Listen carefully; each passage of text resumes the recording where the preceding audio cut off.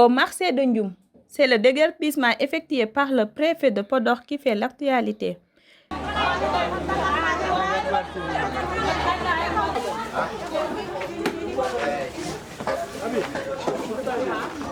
Quelques jours après leur déplacement, certains vendeurs continuent de manifester leur mécontentement qui pourrait freiner leur bon chiffre d'affaires. Man wax dëgg yàlla man ci sama manu bopp moom ci njaay mi rek laa wéy ci njaay mi lay dund si lay dundal samay njaboot moo tax nun dañu bëgg lii rafet na torop mais dañu bëgg nun ngeen wutal ñu place boo xam ni ci tali bi la ne parce que nun dañuy jaay banaana te tali bi moo nu gënal ndax oto yuy dem yeeg kii yëpp si lañuy ñun lañuy taxaw di jënd léegi suñu yóbboo koo xam ni dafa làqatu suñ fa toogee kenn duñu gis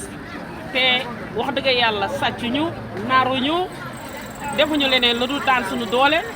leexal suñu njaboot bu ñu commencé lii ba tey ñoo ngi ciy tedd bu ñu commencé lii di ko jaay ba tey ñoo ngi ciy tedd kon nag dañu bëgg ngeen maynu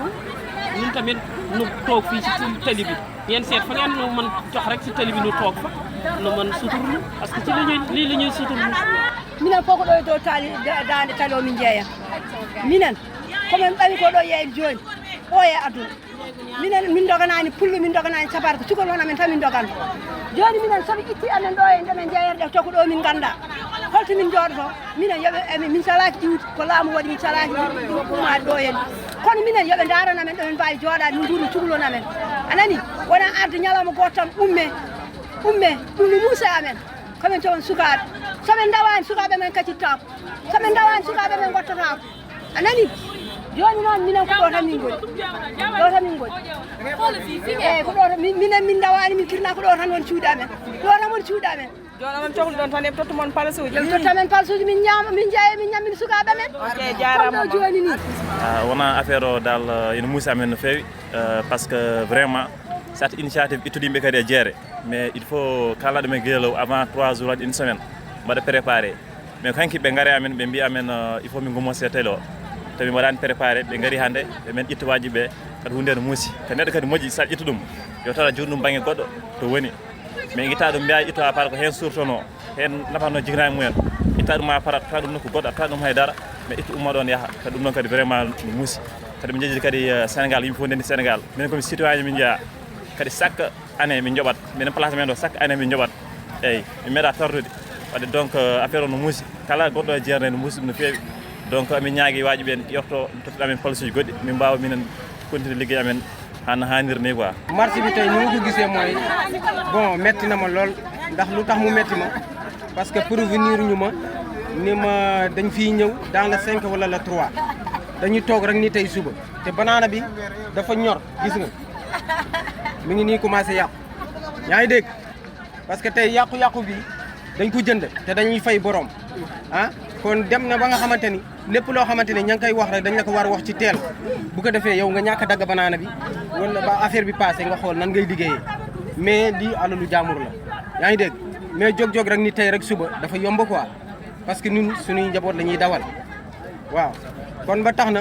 ñun ñii ñëpp samay maire yeeg samay mag yeeg ñëpp ñu ngi jógee ñan daan pour liggéey si ak maire yi ma ànd fii mais l'essentiel que leer na la fii buñ ñu fi jëlee yóbbu nu foo xamante ni leer nañ ni foofu dafa nekk pàkk lujum wala feneen gars yi duñu gis duñu mën gis suñu bopp fii rek la ñu mënee gis suñu bopp ko musma e journée hande o ko doyi ko ɗo hannde match o musme journée hannde o eɗe minen ko ɗo min dañan ɗo woni sutura amen ko ɗo min jeeyata ɗo min ñammide sukaɓe amen ɗo min mbaɗa fof min ngala ɓiɓɓe amen mawɓe sawenen mbaɗan amen sawne ligguno totta amen ko minen tan dogat ɗo min ñalla ɗo min kiir ɗo min daña ko namen sukaɓe amen hannde so ɗum ɗo waɗi ɗo ɓe ngala ɗo ɓe totti amen affaire o no muusi hannde Allah anndi no min gottorto ni sago no min kirtorto ɗum ɗo min kalano wassalama. Les avis divers car certains saluent et félicitent l'État sur cette décision. Par contre, d'autres déplorent leur déplacement et invitent les autorités municipales à s'activer à l'assainissement de leur site de recasement. Déplacement bi ngay laajte bi noonu wax dëgg yàlla marché bi ñu nekkoon marché jën ak marché lujum ñoom ñoo war a ànd man si lu ñu xam ndax ku jënd jënd lujum kon ñoo war a ànd bu fekkee ne tam am na leneen luñ ciy kii mooy xanaa man de lu ma naq di man mooy te ñëpp moom la ñu wax macha allah mooy mbalin mii nga xamante ni mooy sunu gannaaw mbalin mii sunu gannaaw wax dëgg yàlla marché dafa war a set parce que doomu aadama fu mu nekk wér-gu-yaram war na fa nekk fu mu nekk koom-koom war na fa nekk lépp la nga xamante ni koom-koomu marché bi la nii bu marché bu tasee rek dara dootul baax marché du tas marché day dajale ko nekk benn bu ñuy jëndee lujum jënd jën bu ñu jëndee leneen jënd géej ñu boolante ñun ñoom ñu nekk benn man loolu laa xam si marché su ku jéem fii rek dina dugg si fii ku taxaw fii dina dugg si fii kon marché bi fii mu nee nii kenn jaayul pour mu leer kenn jaayul ndax tasaaroo bi. tiya kono ko mawɗum alhamdulillahi rabbil alamin Allah amin jettiri ɗum Allah wonko men dañata hen kadi sa daña sa mbasa dañ asa wona eggugol ngol tan ko noon tan a dañata hannde tan mbasa janggo wadde eggugol ngol haydara ko muusu mon hen dal haydara on jiyani hen ko muusu mon e ɗo ɗo gonɗon ɗo ala haydara min jiyani hen haydara bonani hen ene feewi amen jooɗi amen palis amen jeeya kadi min fof e arsugu mum neɗɗo ɗo wawi mbawɗa wonde fof ko arsugu ma tan jeeyata hay sa yeeyi ɗo wawi wonde fof ko arsugu ma tan ƴettata ɗum noon ko yettere Allah ko mawɗum haydara ala ko seeni amen hen min jeeyanno ko nde jeere ɓe eggina men ɓe gartiri amen ɗo min keeɓi ɗo min jooɗi hay sodoɓe liɗɗi so gari mbiya ko mbawa arde ga ene woɗɗi jaaha koota jaaha laabi mumen min jeeyata haydara ala haydara wodani heege ne woodi ɗum kode woodi taw ko jamay wonko wawi gollude yo toppira yimɓe ɓe walla ɗum ene ñamdo e yardu uste wallugol ñamdo yarde ko uste tout so yimɓe ko ñama jara kala beltono ɗum ko noon ami laamu o tan mi jooɗo mbeɗa ƴeewa yimɓe ne keydini ɗum beele eggugol ngol wonko muusu mon hen walla eggugol ngol kam dal haydara muusani hen oɗon jeeyi no jeeyirtoɗon ni avant eyi min jeeyirta noon no wano ni to kam ga kam wayani noon amin jeeya noon kam seeɗa seeɗa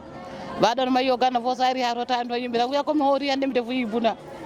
wawa yaade ha to woɗɗi ɗon galleji tan min doganta aɗani noon cukalel kam so heewi ɗiɗom ɗi tampi te ko kayen goni jangga haydara hen firtani gargol amin ga kam ko loro ɓolo e lorlo ɓolo ay ɗo min timata e bagasuji amin ha bon ɗiɗo bagasuji kecci joni ƴetta sac ujunnaji jeetati walla sac ujunnaji sappo bona e ma